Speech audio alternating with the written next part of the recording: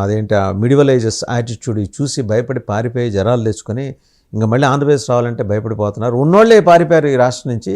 ఏదో బతుకు జీవుడు ఎక్కడైనా పక్క రాష్ట్రం వెళ్ళి గంగావతిలో అయితే బోధనలోనే చిన్న చిన్న వ్యాపారాలు చేసుకుందాం. ఆంధ్రప్రదేశ్ రాష్ట్రానికి జగన్మోహన్ రెడ్డి గారి ప్రభుత్వంలో పెట్టుబడులు పెట్టాలని వచ్చారా, లేదంటే బెదిరిస్తే వచ్చారా?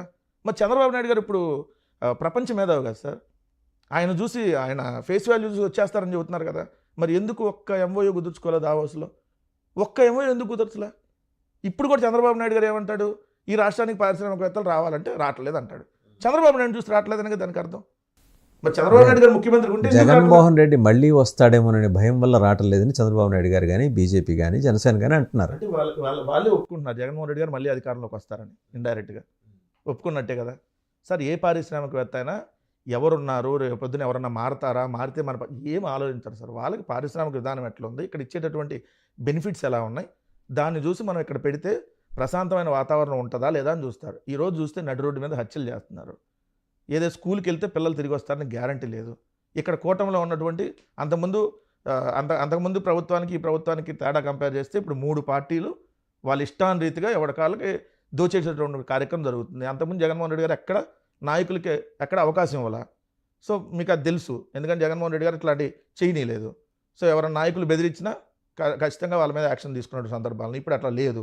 మరి ఇలా ఉంటే ఎవడొస్తాడు? ఒక కంపెనీ పెడితే మనకు అక్కడ సెక్యూర్ ఉంటుందా లేదా అని చూస్తారు.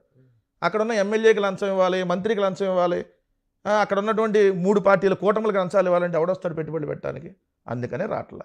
అందుకనే ఒక్క ఎంఓయూ కుదుర్చుకోవాలి. సో ఇప్పుడు ప్రభుత్వం ప్రకటించిన ఈ పెట్టుబడులు అవన్నీ ఫేక్ అంటారు మీరు? సార్ ఎక్కడన్నా గ్రౌండ్ అయితే ఇదిగో పలానా చోట అవుతాయి సార్. వాళ్ళు వచ్చి 10 నెలలే కదా అయింది, అవుతాయి. 2047 దాకా టైం అంటారా? అవసరం ఇంకొక ఏడాది ఆగండి. మీరు 5 ఏళ్ళలో సాధించలేని డెఫినెట్గా. ఈ మధ్య ఒక వారం రోజుల క్రితం స్టేట్మెంట్ చూసా, 8.5 లక్షల కోట్లు పెట్టుబడులు వచ్చినాయి అన్నారు. మళ్ళీ వాళ్ళ పేపర్ చూసా పొద్దున, ఇప్పుడు మనం ఇంటర్వ్యూ చేసే రోజు పేపర్ చూసా, 4.5 లక్షల కోట్లు పెట్టుబడులు వచ్చినాయి అన్నారు. 8.5 4.5 అయింది, 8.5 10.5 అవ్వాలి కదా. మీరు అలా ఎందుకు ఆలోచిస్తున్నారు? 8.5 నేను 4.5 కలిపి 13 లక్షల కోట్లు అంటా. నేను లక్షల కోట్లనే చెబుతారు. ఆంధ్రప్రదేశ్కి లక్షల కోట్లు వచ్చినాయనే చెబుతారు. చెప్పలా చంద్రబాబు నాయుడు గారు అధికారంలో ఉన్నప్పుడు అమరావతి కట్టేశాను అన్నాడు, పోలవరం నిర్మించేశాను అన్నాడు, మళ్ళీ ఇప్పుడు అమరావతి కట్టబోతున్నా అంటున్నాడు. ఎంత తేడా ఉంది చూడండి. 5 ఏళ్ల క్రితం స్టేట్మెంట్ అసంపూర్తిగా మీరు చేయలేదు కాబట్టి ఆయన చేయాల్సి వస్తుంది సార్. అమరావతి అనేది మళ్ళీ మీరు 4 ఏళ్ల తర్వాత మనం డిబేట్ చేస్తాం కదా. 4 ఏళ్ల తర్వాత మళ్ళీ నేను వస్తా ఎలక్షన్స్ ముందు. 2019 ఎన్నికలకు ముందు ఎలా ఉందో దానికి కొంచెం మెరుగులు దిద్ది ఒక 4 బిల్డింగ్లు కడతారు. అంతమించి అమరావతిలో జరిగేది ఏముండదు. భలే వాళ్ళు అండి. 33,000 ఎకరాలు, 34, ఇంకొక 20,000 ఎకరాలు గవర్నమెంట్ ల్యాండ్స్, మొత్తం 54,000 ఎకరాలు. ఇది కాక ఇప్పుడు ఇంకొక 44,000 ఎకరాలు పూలింగ్ ద్వారా తీసుకుంటున్నారు. 2 ఎకరాలు తక్కువ, 1,00,000 ఎకరాలతోటి ఒక అద్భుతమైన రాజధాని వస్తుంటే మీరు కళ్ళలో నిప్పులు పోసుకోవటం కరెక్టేనా? అసలు మీరు కూడా ఆ డెవలప్మెంట్లో మీరు కూడా స్టేక్ హోల్డర్స్ కండి. ఆ డెవలప్మెంట్లో ఎవరు అడ్డుపడ్డారు మిమ్మల్ని?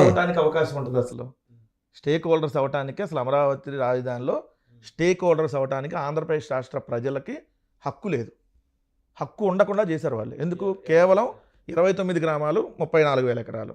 ఇప్పుడు మళ్ళీ ఇంకో 11 గ్రామాల్లో సేకరిస్తే అదొక 45,000 ఎకరాలు అంటారు. అంటే 29 + 11 గ్రామాలు ఎంత? 40 గ్రామాల ప్రజలకు మాత్రమే హక్కు ఉంటుంది. 2,00,000 ఎకరాలు 3 పంటలు పండేటటువంటి నాణ్యమైన పంటలు పండేటటువంటి భూమిని తీసుకొని రాజధాని కడతామనంటే వాళ్ళు ఇచ్చిన స్టేట్మెంట్ ప్రకారమే మనం మాట్లాడదాం సార్. నేను ఎక్కడ డీవియేట్ అయి మాట్లాడలే. నారాయణ గారు, మంత్రి నారాయణ గారు 2018లో ఇచ్చిన స్టేట్మెంట్ ఏంటి? 1 ఎకరాన్ని అభివృద్ధి చేయడానికి రోడ్లు, డ్రైనేజీ, ఎలక్ట్రిసిటీ ఈ 3 చేయడానికి ఎకరానికి 2 కోట్లు అయిద్దని చెప్పారు కదా. అప్పటికి 54,000 ఎకరాలు ఉంది కదా రైతుల దగ్గర తీసుకుంది ప్లస్ ప్రభుత్వం దగ్గరది. ఇప్పుడు ఇంకొక 45,000 ఎకరాలు కదా, అంటే 1,00,000 ఎకరాలు. అప్పుడు 2018లో 2 కోట్లు. ఇప్పుడు అది మినిమం 3-4 కోట్లు అయింది కదా. సార్ 4 వేసుకుందాం. 1,00,000 ఎకరాలని రోడ్లు, ఏదైతే డ్రైనేజ్, ఎలక్ట్రిసిటీకి వీటి వరకు వేయటానికి 1,00,000 ఎకరాలకి ఇంటూ 4 కోట్ల చొప్పున 4 లక్షల కోట్లు అయింది. ఈ 4 లక్షల కోట్లు ఎక్కడి నుంచి తీసుకొచ్చి వాళ్ళు అప్పులు చేసి చేయాలి. ఈ 4 లక్షల కోట్లు అప్పులు తీర్చాలంటే 10-15 ఏళ్ళు. అది ఎంత అయింది? 15 నుంచి 20 లక్షల కోట్లు అయింది. మరి అమరావతిలో భూములు అమ్మితే 15 లక్షల కోట్లు వచ్చాయి. మీరు అంటే అప్పులకి వరల్డ్ బ్యాంక్ పెట్టే కండిషన్స్ కూడా చాలా చిత్రంగా ఉంటాయి. పవర్ సెక్టర్లో రిఫార్మ్స్ తీసుకురమ్మంటుంది. సో బిల్స్లో వాస్ట్ చేంజెస్ ఉంటాయి. అది ఇదొక్కటే కాదు, రేపు పొద్దున మీకు ఇవ్వబోయే అప్పుకి ఈ 44,000 ఎకరాలు తాకట్టు పెట్టి వాళ్ళు అడిగేది ఏంటంటే ఆర్ఓఐ చూస్తుంది. వరల్డ్ బ్యాంక్ అదేమన్నా చారిటీ సంస్థ ఏంది అన్న దాతృత్వం చేయడానికి, ఫలానా ఎక్స్ వారి చారిటబుల్ ట్రస్ట్ 2 పూట్ల భోజనం కాఫీ టిఫిన్ ఉంటాయని చెప్పడానికి వరల్డ్ బ్యాంక్ ఖచ్చితంగా వ్యాపారం చేస్తుంది. అది అడుగుతుంది, షూరిటీలు అడుగుతుందండి. ఏం అడుగుతుంది, అది ఏం అడగబోతుందో కూడా తెలుసు. నేను చెప్తున్నాను.